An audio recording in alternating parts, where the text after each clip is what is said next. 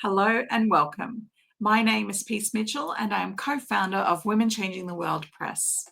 Before we begin, I would like to pay my respects to the traditional owners of the land that I live and work on, the people of Mamu country in North Queensland. And I would also like to pay my respects and acknowledge traditional owners and elders, past and present, right across Australia and the Torres Strait. Well, I'm excited to be celebrating our latest book, Dreams and Determination. And to help me celebrate, I have one of my fabulous co-authors joining me, Heena. Heena, please join me on screen. Thank you so much, Peace. Thank you so much for making this dream a reality and for working with all of the amazing women on this book. Thank you so much. I feel grateful and blessed. Oh, thank you. You're so welcome. And Heena, for people who haven't met you before, I would love you to introduce yourself and tell us a bit about you and the work that you do.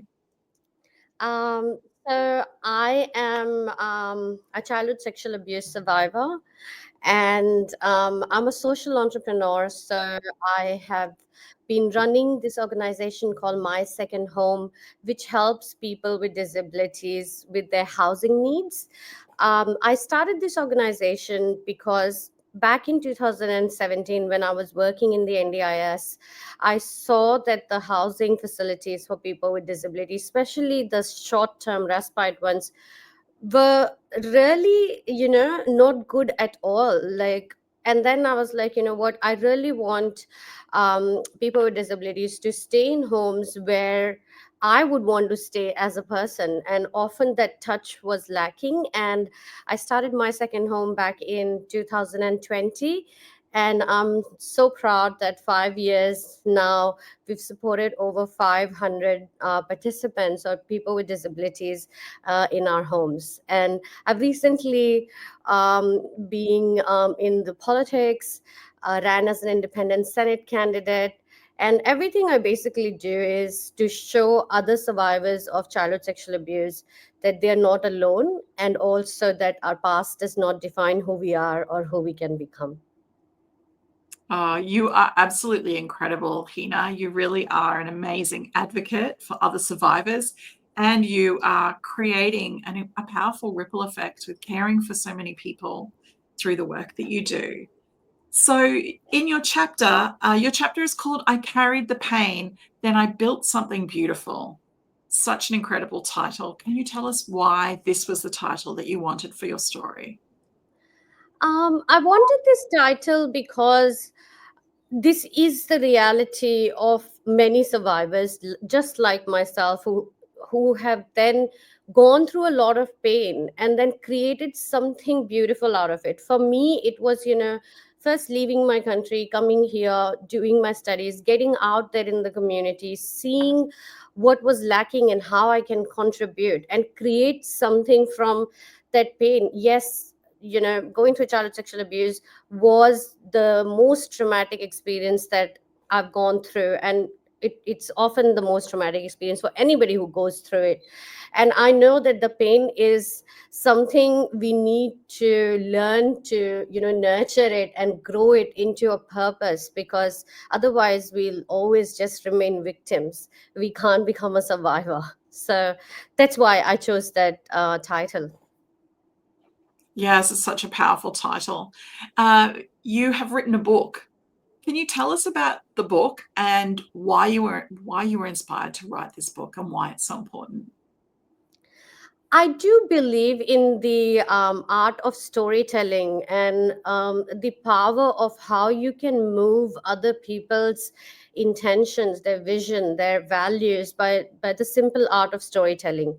And that's the reason why I decided to go out there, give out the true vulnerable person that I am, and share my story so other people can connect with it, and also maybe work on their own dreams, they work on their own pain and change it into purpose. So that's why I decided to come on board with this book. Yeah, amazing.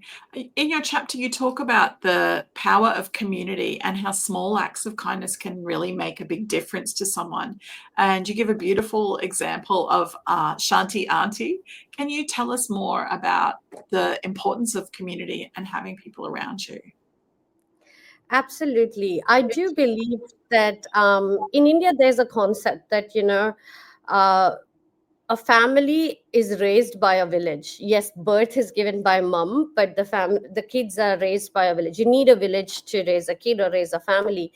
And I've talked about Shanti Auntie there because when I first came to Australia, I was feeling quite isolated. It was a very different country, very different people. Language was obviously one of the issues because English is my second language, and understanding what others are saying and also make them understand what I'm trying to communicate. I felt quite isolated. And at that point of time when I was feeling really low, somebody who's already established here in Australia, they come to my house, they help me do grocery shopping. And for them, that $200 was not a big deal at that time. But for me, that $200 worth of groceries helped me get through nearly 2 weeks. And yes, for her, she still probably doesn't remember it. For me, even that little act of kindness um, is something I just needed to not crumble down. So I do believe that the community helps you get through a lot of stuff, and it's just very important to have one. Yes, absolutely. Absolutely. Now, you are so passionate about giving back to the community that you recently ran for Senate as an independent candidate. Can you tell us about what inspired you to take the step to do this and tell us a bit about what that experience was like of running as an independent? Um, so I would like to share this thing that I've often sort of, seen a lot of women hesitate from politics. There's various reasons why this happens. Of course, there's a lot of stories, horror stories going on around how women are facing a lot of abuse in parliament, and how it's not a safe place to work. And being a survivor, I wanted to contribute to make parliament a safer space to work for all women, not just for the sake of having women on board, but actually having a place where they feel safe, and then they can be their best versions and contribute towards the civic society. And that was the reason I decided to step into politics, that no matter how long it takes, I do want to get there and make that place more safe for women, so that they don't have to turn around from giving back to the community in the civic sense of way. And I decided to run as an independent because I didn't want it to be a token member of any political party. And being a survivor, it has been really important for me to have my voice. And I wasn't willing to give up on that. And it was extremely hard. A lot of people did say, it's a political suicide. Like, why are you running as an independent?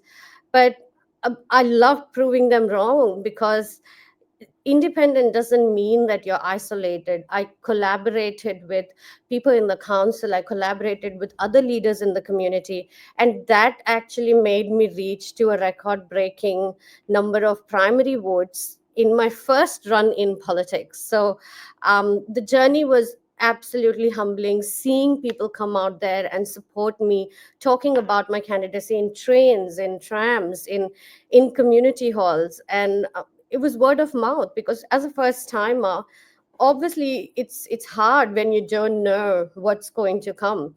But I'm really grateful, and I'm very humbled by the support that I received from everybody in the community, the number of calls that I've gotten from voters to ask different questions, because sometimes people don't even notice. And I had a great article published about me on Something for Kate, and that was also probably one of the reasons that I got a lot of connections coming through there and asking me questions. So coming back to it, as I say, you need a community for everything. I think I'm very humbled and grateful that I was able to not only just put my name on the ballot paper, but also broke all-time Victorian records for any independent to get the primary votes. So yeah, it was an incredible journey, and I'm continuing to work on it and form a micro party, and have been working with other councillors to understand other women from politics of what their experience have been and share knowledge with each other. So yeah, very very amazing experience, and I will continue to build in that direction, and I'll continue to work to make sure that one day Parliament can be a safe space for women to work.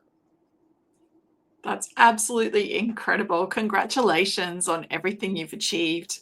And I can't wait to see what's next for you as well. There's amazing things that you're working on and doing right now. Well, thank you so much for your chapter in Dreams and Determination. I found it really inspiring. And thank you so much for being here today and chatting with us as well.